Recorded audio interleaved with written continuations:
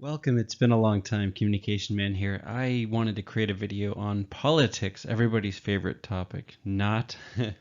So help, politics are ruining my social life. So if you think about every interaction you have around politics, it's usually not the most positive. And the reason being is it's similar to religion. It's a very emotional topic, or finances, anything that's triggers people.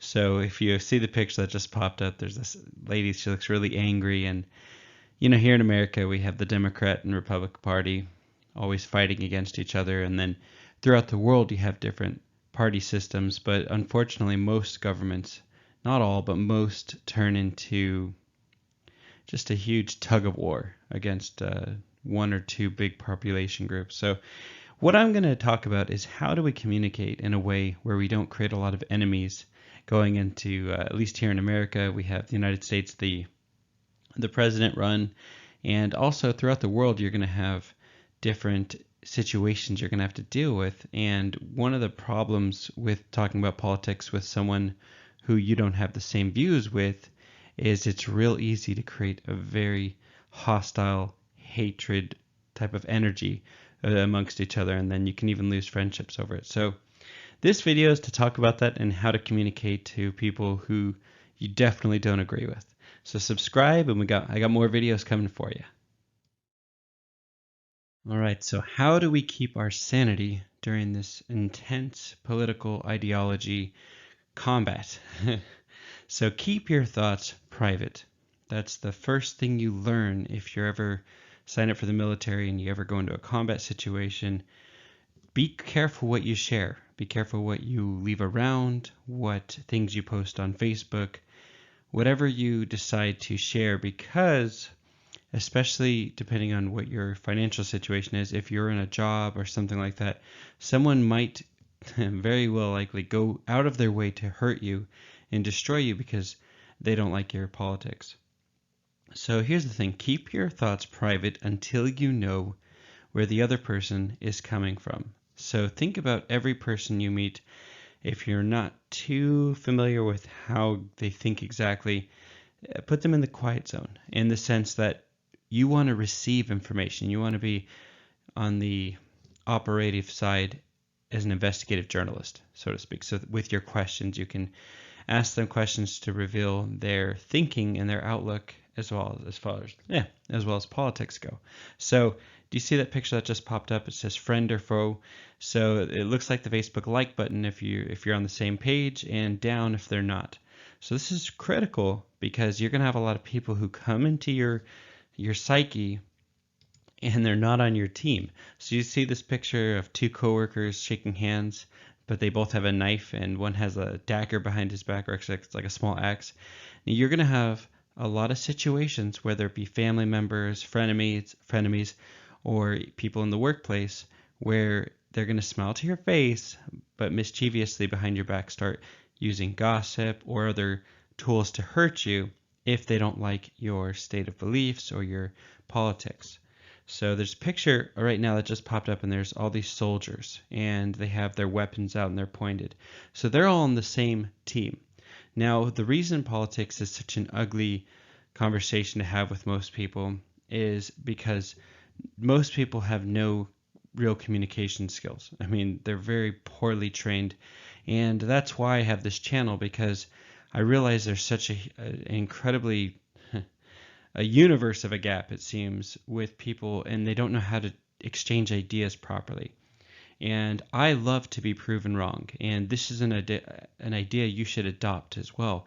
It's good to be proven wrong, because if you want to be on the side of truth, which is whatever's correct, if you have something that's incorrect, maybe you're 95% true, but there's one little portion of you, that 5%, that's incorrect, and someone says, hey, that's not correct, you want to be correct to do 100%.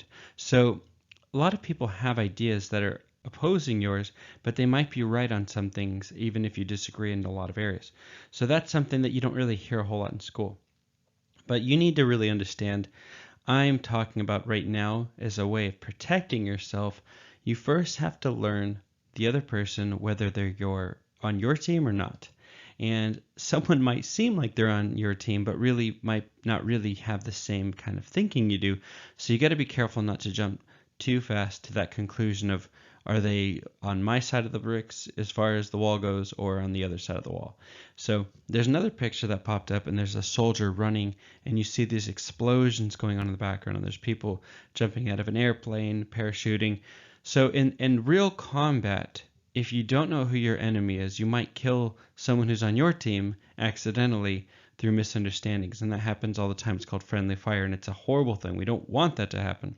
So you're going to have people that you might actually agree with, but because you both have poor communication skills, you might hear a little bit of what they say and take it out of context and start arguing over something that you really agree about. So that's why I said keep your thoughts private, because the most important thing you can do is use the Socratic method, which is first gather intelligence. Think of yourself as an operative, someone who's on the field, an intel gathering mission. And your first assignment should be, what do we have in common? Because it's easy to find what you don't like about the other person, what you don't agree with. That's, any fool can do that. But it takes a lot of intelligence and strength to figure out, okay, where are we close in thought? So even if we disagree in a lot of different areas, let's focus on where do we have some common connection or close to it. And as you gather information, if your goal is pure and your intention is just to have a good relationship, it's good just to learn about their politics, their ideas, their worldviews, and you don't have to try to change that. You just realize, are they on my team or not? And to prevent this World War, 2, 3, whatever picture you see right there, there's this calamity going around you. If you know what's going on, you don't set off the bombs. You don't trigger the emotional fire. Because the reason I put pictures of war is this situation we have developed is so primitive, where we don't really have good conversations anymore. Most people, they say, even if they say, "Oh, I'm open-minded," they're not really open-minded. So rather than wasting your time speaking with someone who is going to just dig their heels in, think about your friends, your family. You're going to have a lot of people that you interact with, as I first need to put them in a category. Are they on my side or not? Do I have enough in common with them to share personal things? And most importantly is, use the Socratic method and ask them questions. For example, hey, what do you think of all this going on in the news and the media? And they're going to give you some version of their thinking, right? And then you can keep going further. And let's say you're for Trump and they're for Biden, and you say, hey, what do you like about Biden? What specifically do you root for him, or some other person? And they might say, I don't like Biden, I like the vice president pick. Okay, well, what do you like about that person or that woman, right? And then they can give you information, and then you can start seeing what they like. And you're not going to change their mind. So it's not even a point. I wouldn't even bring up that you're a Trump supporter. Now, let's say it's the opposite. You're a Biden supporter, and you're talking to someone who's a Trump supporter. Well, if you just insult them and criticize them, make fun of them, you're not going to get anywhere. Do you really think that's going to make them go, oh, well, your criticism really helped change my mind. I'm definitely going to, join your side of the team. No, anytime someone gets, criticism, they just want to fight back. They want to yell at you. They want to scream at you. So the best thing to do is gather intelligence, look at yourself as an intel operative, and be quiet. Keep your thoughts private. Now, if you want to share information, look for a common ground, and then find ways where somehow you can express that there's a common ground between your parties or the ideas of it. And here's the emotional kicker. Most people are very childish. So if you're talking to someone who starts to get an angry tone of voice, and then they throw a temper tantrum, and then they just start criticizing you. Well, you're stupid, or that's dumb, or he looks like an ape, or orange orangutan, or things that have nothing to do with the topic. You are not talking to a sensible person. Do not talk logical things with illogical people. Do not talk sense with someone who has none of it. All right. So the best thing to do is realize that if you are smart and you really can weigh both sides of the viewpoints, that takes a lot of intelligence. And our society and the world in general is really taught to be foolish lambs. They just want to follow whatever the news tells them, they'll believe it. We don't really teach how to think for yourself, and that's a completely different video, but I think it's mainly due to a lot of corruption in the education. So if you like this and you understand where I'm going with this, do yourself a favor. Don't create a whole bunch of evil enemies and people that you could at one time go to a birthday party with and hang out with, and now you don't want to see their face by discussing this basically these events, because you're really going to find out fast if someone's on your side or not. So just think of everything as we're talking as a war, okay? And politics put people in these two categories most of the time where they can't be friends. So your most important thing to do is protect your information, protect who you are by concealing your thoughts. And this way you prevent a lot of needless emotional casualties with family and friends.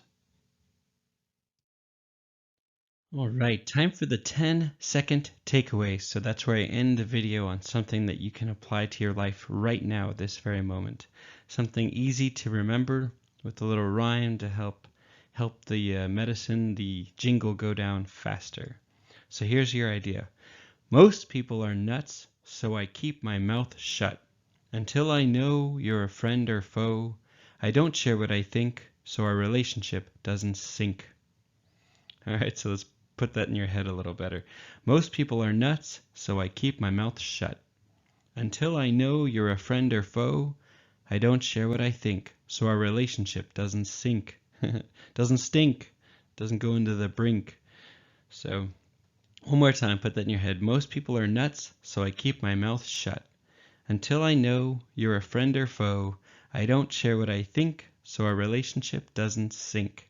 So most people really are nuts, and that's important to remember, because when I say nuts, I mean they're illogical. They're not good communicators. They don't really care about debating facts or real intelligent debates. They just want to get emotional. They hear a headline. They don't investigate it. They don't know how to investigate it. They're not taught how to investigate it, and they believe a lot of what they hear. Doesn't mean it's right. It's just what they believe. So remember this, put it in your head. What's the 10-second takeaway? Most people are nuts, so I keep my mouth shut.